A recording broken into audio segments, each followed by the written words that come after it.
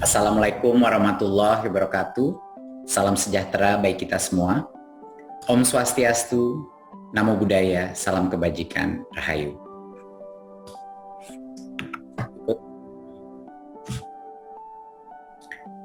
Universitas adalah suatu tempat yang menjadi batu loncatan bagi generasi penerus bangsa kita keluar ke dunia yang nyata. Disitulah dia mencapai kedewasaan, disitulah dia bukan hanya menyerap ilmu, tapi menyerap berbagai macam nilai-nilai moral dan akhlak, dan konsekuensi daripada kekerasan seksual pada umur yang begitu muda terhadap hidupnya luar biasa besarnya. Jadi lingkungan, tidak ada pembelajaran tanpa rasa aman. Tidak ada pembelajaran tanpa rasa aman. Dan ini merupakan kenapa di dalam perguruan tinggi kita harus mencapai suatu ideal yang lebih tinggi dari sisi perlindungan daripada masyarakat di dalam perguruan tinggi kita, baik itu dosen, mahasiswa, maupun semua yang di dalam tenaga pendidikan, di dalam lingkungan kampus. Berikut. Kita pada saat ini tidak ada cara lain untuk menyebutnya, kita dalam situasi darurat. Ya, bisa dibilang situasi gawat darurat. Di mana kita bukan hanya saja ada satu pandemi COVID, tapi juga ada pandemi kekerasan seksual dilihat dari data apapun. Dari Komnas HAM kita melihat bahwa dari semua aduan yang diterima oleh Komnas Perempuan, 27% yaitu grup yang terbesar diterima di jenjang pendidikan tinggi. Kita sudah melakukan berbagai macam survei eksternal, dan kita melihat survei eksternal dan internal berdasarkan 174 testimoni dari 79 kampus di 29 kota. Korban kekerasan seksual itu hampir 90% adalah perempuan, tapi bukan hanya perempuan, laki-laki pun menjadi korban kekerasan seksual, ya. Dan akhirnya kita juga melakukan survei langsung, dan pada saat ini kita melakukan survei kepada dosen kita, dosen bukan mahasiswa. Kalau mahasiswa mungkin angka ini akan lebih besar lagi, tapi kita menanyakan dosen-dosen kita, apakah kekerasan seksual pernah terjadi di kampus Anda? Dan 77% merespon ya, kekerasan seksual pernah terjadi di kampus kita. Dan 63% dari kasus-kasus tersebut tidak dilaporkan kasusnya. Ya. Jadi kita ini dalam fenomena gunung es yang kalau tinggal kita garuk-garuk sedikit saja, fenomena kekerasan seksual ini sudah di semua kampus sudah ada situasi ini. Ya, dan itulah alasannya kita harus mengambil posisi sebagai pemerintah untuk melindungi mahasiswa-mahasiswa, dosen-dosen, dan tenaga pendidik kita dari kekerasan seksual. Berikut. Ada satu cerita di mana salah satu mahasiswi yang beberapa tahun, 1-2 tahun yang lalu, mengalami kekerasan seksual. Dia lagi dibimbing skripsinya, masuk ke dalam suatu ruangan, dan dosennya dia memaksa dia untuk berdiri dari kursinya, datang ke dia, lalu dipegang tangannya dan dipaksakan untuk menyebut saya cinta kamu, lalu secara paksa dia dicium oleh dosennya. Sejak hari itu dia mencoba melapor ke temannya dan beberapa sivitas akademika, tapi semuanya memberikan berbagai macam peringatan kepada korban ini, bahwa nanti bagaimana orang akan melihat kamu, kalau kamu tidak punya bukti, bagaimana cara membuktinya, dan lain-lain. Mahasiswi ini sampai depresi, dan karena dia begitu takut dan trauma dengan dosen tersebut, mahasiswi ini akhirnya memutuskan untuk meninggalkan pembelajarannya di kampus. Ini adalah satu dari puluhan ribu, bisa pun ratusan ribu kasus yang mengalami kekerasan seksual dalam berbagai macam bentuk. Saya hanya ingin menceritakan cerita ini karena kita tidak bisa mempunyai mimpi-mimpi bahwa perguruan tinggi kita menyediakan pendidikan yang berkualitas, kelas dunia, kalau mahasiswa kita dan dosen-dosen kita merasa tidak aman, merasa tidak nyaman, dan dampak dari satu kejadian saja bisa dirasakan seumur hidup. Ya, ini adalah suatu trauma yang sangat mendalam secara psikologis, sangat sulit untuk memulihkan daripada trauma ini dan dampaknya permanen seumur hidup. Inilah alasan kenapa kita sebagai negara harus menyoroti isu ini segera dan bilang no, bilang tidak terhadap kekerasan seksual secara tegas. Berikut. Kita sudah memiliki beberapa undang-undang, tetapi ada kekosongan di dalam perguruan tinggi. Kita udah ada undang-undang perlindungan anak, tapi itu hanya di bawah 18 tahun. Ada undang-undang PKDRT ya, dalam rumah tangga, tapi itu hanya dalam lingkup rumah tangga. Kita punya tindak pidana perdagangan orang, undang-undangnya, tapi itu hanya yang dalam sindikat perdagangan manusia. Jadi kita ada kekosongan ini. Di usia di atas 18 tahun, belum atau tidak menikah, dan tidak terjerat dalam sindikat perdagangan manusia. Dan kampus ini masuk di dalam kotak ini. Inilah makanya untuk perguruan tinggi kami merasa harus ada peraturan yang spesifik dan khusus untuk melindungi korban di dalam lingkungan kampus. Berikut. Ya, ada beberapa keterbatasan dengan penanganan kasus kekerasan seksual dengan KUHP. Satu adalah kita tidak bisa memfasilitasi identitas korban yang tidak diatur oleh peraturan lainnya, dan jenis-jenis kekerasan itu tidak mengenali kekerasan yang berbasis online atau kekerasan yang berbasis verbal, hanya bentuk perkosaan dan pencabulan. Ya, padahal Civitas Akademika dan tenaga pendidikan ini rentan usianya itu semuanya aktif pengguna digital. Mereka adalah semuanya digital native. Dan trauma yang dihadapi dengan kekerasan seksual secara digital itu bahkan sama dampaknya secara psikologis, bahkan karena ditonton semua orang dan semua teman-teman dan keluarga, itu bisa lebih parah lagi trauma psikologis bagi korban. Jadi ini harus kita masukkan dan konsiderasi bahwa sekarang dengan dunia teknologi bentuk-bentuk kekerasan seksual yang verbal, non-fisik, dan secara digital itu juga harus ditangani segera. Berikut. Ya. Ada 4 tujuan besar kita meluncurkan permen ini. Yang pertama adalah upaya untuk memenuhi hak setiap warga negara Indonesia atas pendidikan tinggi yang aman. Ya, itu nomor 1. Haknya mereka untuk mendapat pendidikan dengan aman. Kedua, ini memberikan kepastian hukum bagi pemimpin perguruan tinggi untuk bisa mengambil langkah tegas. Saat ini belum ada kerangka hukum yang dimana banyak sekali dosen dan rektor berbicara kepada saya mengenai masalah ini, tapi mereka kadang-kadang tidak tahu cara untuk mengambil tindakan karena belum dikasih payung hukum yang jelas. Ya, jadi kita ingin memberikan bantuan regulasi bagi para rektor, para dekan, dan juga penggerak-penggerak di dalam kampus untuk bisa mengambil tindakan yang nyata.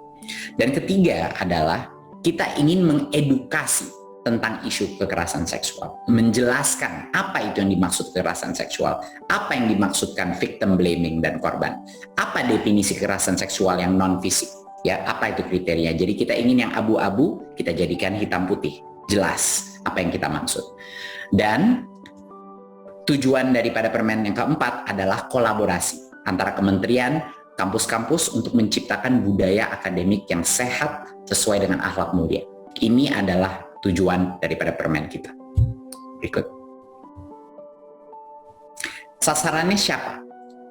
Semua permen PPKS ini adalah ruang lingkupnya adalah siapapun, walaupun itu pelaku ataupun korban, ya.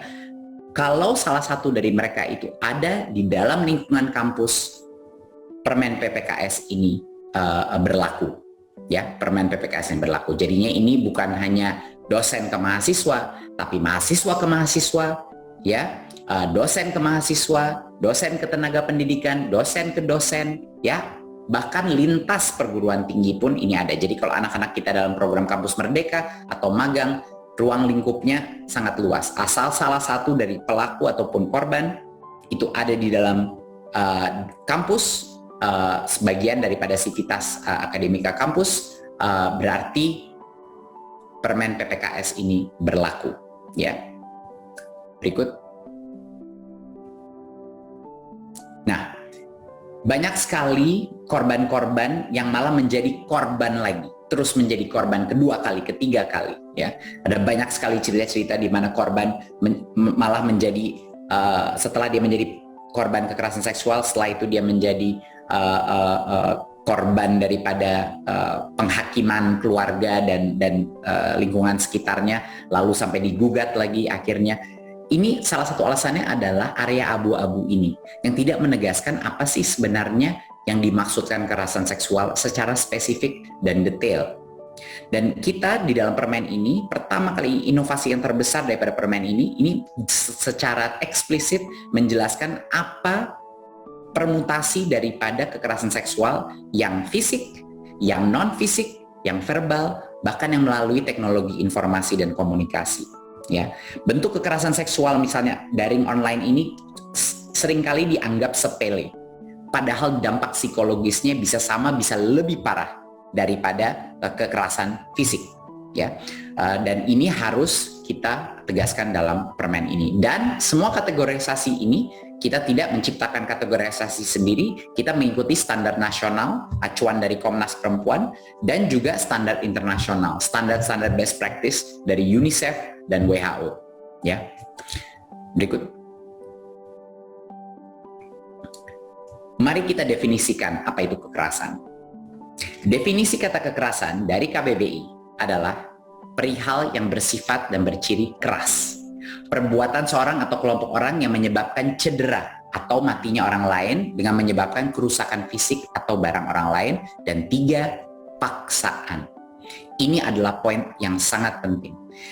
Permen ini mengacu kepada satu isu dan untuk mencegah kekerasan seksual. Ya, hanya kekerasan seksual.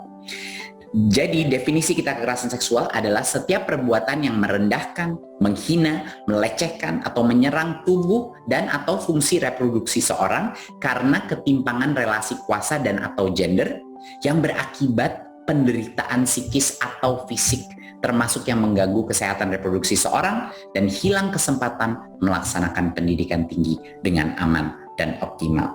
Ya, ini sangat penting karena kita harus mendefinisikan kenapa permen ini hanya menyasar kekerasan seksual. Ada banyak sekali isu-isu yang mungkin di luar permen ini yang tidak menyasar kekerasan seksual, tidak masuk dalam kategori kekerasan seksual. Belum tentu hal-hal tersebut itu hal-hal yang diperbolehkan menurut norma etika atau agama, tapi itu semua menggunakan peraturan lain yang berlaku maupun norma-norma etika di dalam kampus. Permen ini hanya tugasnya satu, mendefinisikan kekerasan seksual dan memberikan langkah-langkah pencegahan dan penanganan kasus-kasus kekerasan seksual. Berikut.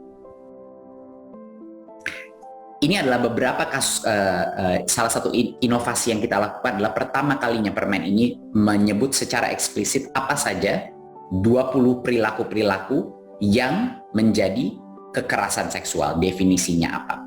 Baik itu fisik, verbal, non-fisik, bahkan melalui digital. Ya, dan semua bentuk tindakan ini akan ada konsekuensi sanksi administratifnya.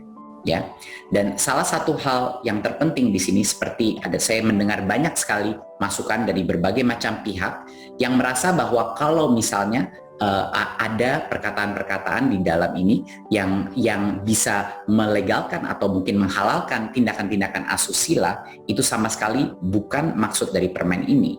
Ada banyak sekali tindakan-tindakan di luar permen ini yang berbenturan dengan norma agama, dengan norma etika. Kita tidak menulis mengenai seks bebas atau plagiarisme atau mencuri atau berbohong. Kenapa tidak dimasukkan sini? Karena itu bukan dalam ruang lingkup kekerasan seksual. Hanya dalam ruang lingkup kekerasan seksual yang akan diatur di sini, dan definisi itu adalah kekerasan seksual seperti tadi KBBI adalah paksaan. Paksaan artinya tanpa dengan persetujuan korban. Fokus daripada permen ini adalah korban, dan korban. Ini mohon dimengerti bagi banyak masyarakat, kita melihat ini semua daripada perspektif korban. Jadinya kalau kita sedang merancang peraturan, kita merancang beberapa aktivitas-aktivitas perilaku yang dalam definisi kekerasan seksual yang bisa dialami korban tersebut. Ini adalah sangat penting untuk dimengerti masyarakat. Berikut dan berikutnya ada kira-kira 20 perilaku dan lanjut. Next. Dan nggak semua perilaku tadi atau bentuk kekerasan seksual tersebut sanksinya sama. Kita ada gradasi sanksi mulai dari sanksi ringan, yaitu formatnya seperti teguran tertulis atau pernyataan permohonan maaf ya yang sangat ringan, sampai dengan sanksi berat. Yang terberat tentunya sanksi administratif terberat adalah pemberhentian, misalnya pemberhentian sebagai mahasiswa atau pemberhentian sebagai jabatan dosen dan lain-lain. Ya, jadi ini adalah gradasi daripada sanksi-sanksi berdasarkan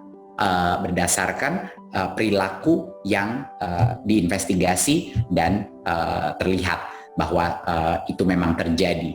Ya, pelaku yang mendapatkan sanksi ringan dan sedang ini wajib mengikuti program-program counseling sebelum direintegrasi ke dalam kampus. Itu adalah wajib. Dan pembiayaan program counseling dibebankan kepada pelaku. Ya. Dan laporan hasil counseling itu menjadi dasar bagi pimpinan perguruan tinggi untuk menerbitkan surat bahwa pelaku telah melaksanakan sanksi yang dikenakan. Ya.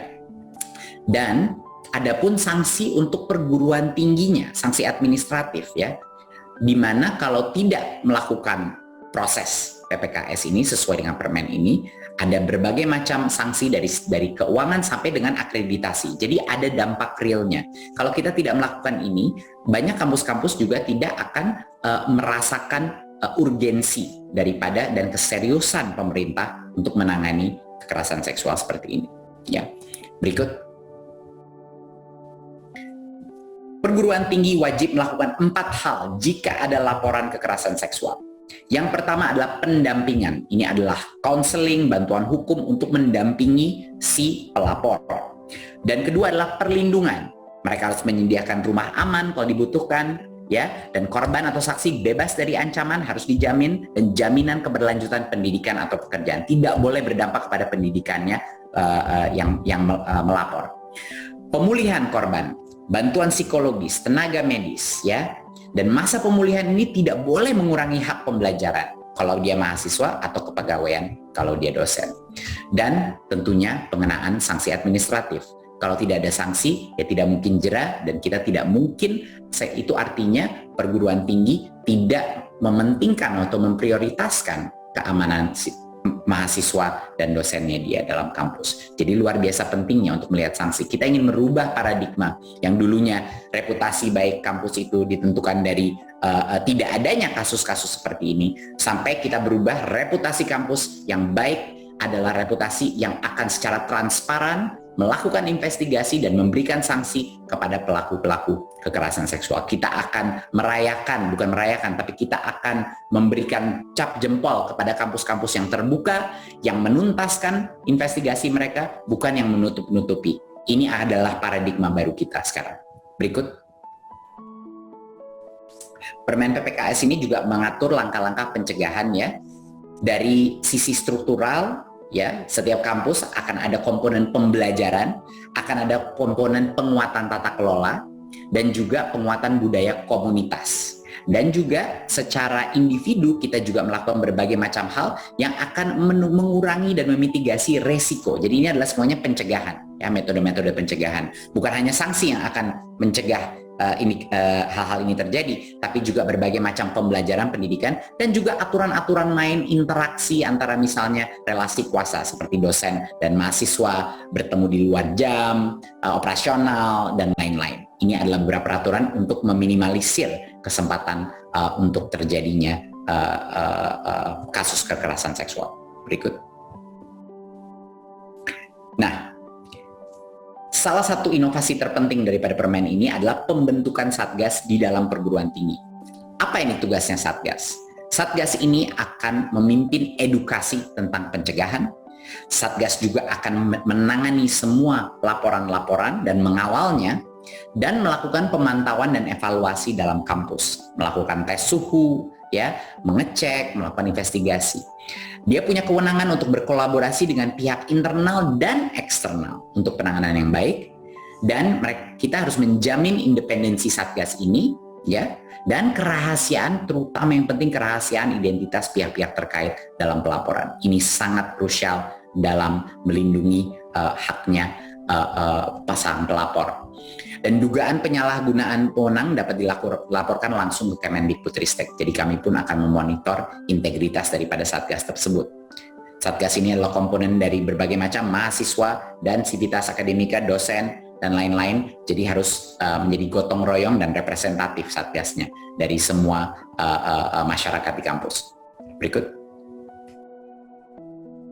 Nah, jika misalnya keputusan pimpinan perguruan tinggi tidak dirasa adil, ya, baik korban dan atau yang terlapor, dua-duanya bisa meminta Kemendikbudristek untuk melakukan pemeriksaan ulang, ya, bisa. Jadi ada akses untuk Kemendikbudristek untuk menginvestigasi dan juga menerima komplain daripada korban maupun terlapor, ya. Dan ini sangat penting, dan hasil pemeriksaan ulang bisa saja menjadi penguatan keputusan kepemimpinannya atau memberi rekomendasi kepada pimpinan perguruan tinggi untuk mengubah keputusan tersebut.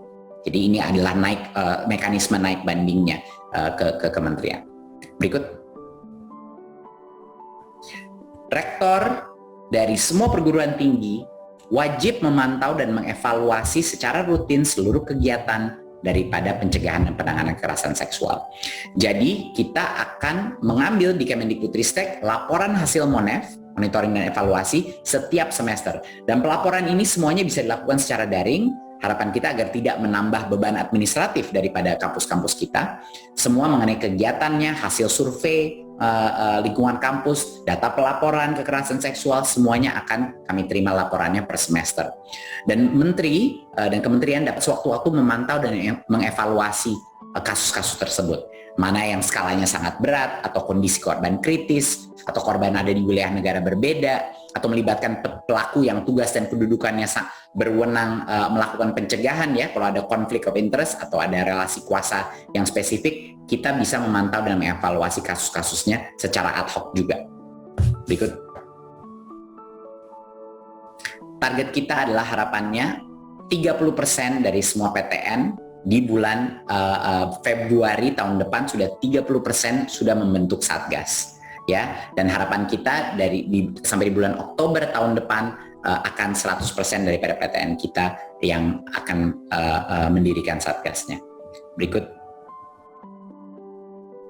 Untuk PTS kita juga mengharapkan di akhir Februari 30% sudah membuat Satgasnya, dan di akhir Juli sampai 100%. Nah, kami sadar bahwa tidak semua perguruan tinggi, khususnya yang swasta, itu mungkin punya sumber daya yang cukup untuk melakukan itu. Itulah makanya kita sudah merencanakan bahwa pembentukan Satgas itu bisa dilakukan di LLDikti, yaitu tangan kita di masing-masing daerah yang memfasilitasi PTS untuk bisa mendukung bagi PTS-PTS yang mungkin memiliki keterbatasan sumber daya. Jadi kami siap membantu melalui LLDikti, ya. Tapi kami sangat mengharapkan PTS itu membentuk sendiri Satgas di perguruan tinggi, dan beberapa perguruan tinggi yang ada di bawah yayasan dan beberapa terpadu itu bisa membentuk satu Satgas di tingkat yayasan. Jadi kami punya fleksibilitas mengenai struktur dan seberapa besar ruang lingkup daripada Satgas ini. Terima kasih. Wassalamualaikum warahmatullahi wabarakatuh.